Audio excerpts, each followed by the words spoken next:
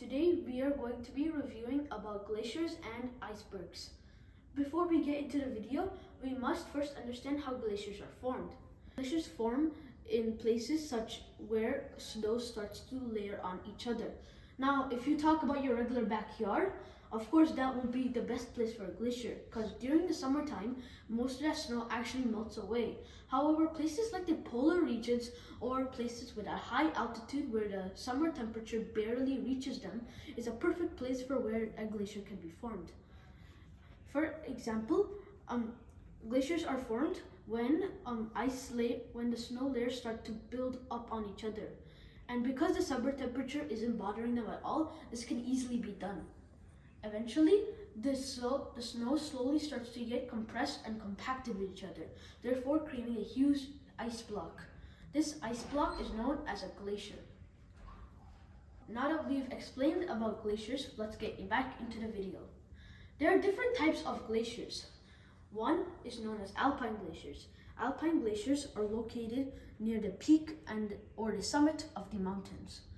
Over here, the alpine glaciers gets created due to the heavy pressure on snow, as I just told you in the intro, and they slowly roll downhill. Next is valley glaciers over here. Valley glaciers also happen near mountains, but they're not at the summit. They happen through a land that separates two mountain ranges. Over here, thus the name, we say valley glaciers. Next is a continental glacier. A continental glacier is a glacier that covers most of the land. For example, most of the flat land. For example, take an example such as Greenland. It is a flat land and glaciers mostly cover that place. Next is Antarctica, another huge example.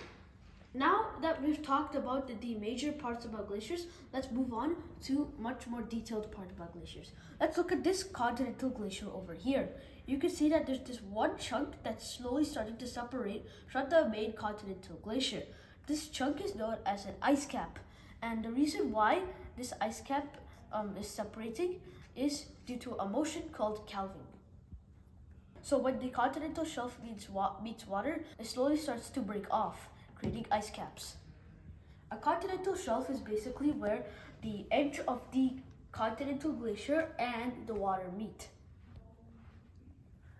Next, we'll move on to glacial erosion. Glacial erosion is basically where the glaciers slowly start moving downhill. Now, on the bottom, where it has collected such sediments such as sand and rocks, they slowly start to scrape the bedrock.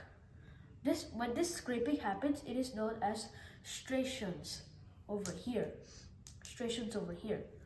And the movement of these sediments by the glaciers is called glacial drift. After talking about glaciers, we will then move on to icebergs. Icebergs are created when a huge chunk of the glaciers slowly starts to separate from it. When this chunk meets water, it is known as an iceberg.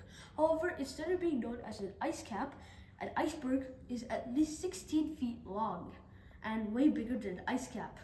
These icebergs stage a threat to regular ships that move from place to place.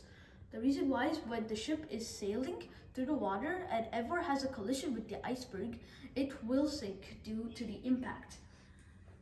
A real life example happened in a ship called the Titanic. It was moving from Europe all the way to America. However, halfway through, it met an iceberg, and due to the collision of the iceberg, it sank down, killing lots of people. This is all about glaciers and icebergs. This is our diorama. And let's do one last review on this diorama. So, alpine glaciers form at the summit or peak of the mountains. Valley glaciers form between the land of the mountains, called a valley. Continental glaciers form on the flat land, and icebergs form when the continental glacier breaks off. The difference between ice caps and iceberg is that basically iceberg is 16 feet or more in length, while ice caps are less in length. And when an ice cap breaks off from the main continental plate, this is called calving. And an ice shelf is basically where the glacier meets the edge, where the edge of the glacier meets the water.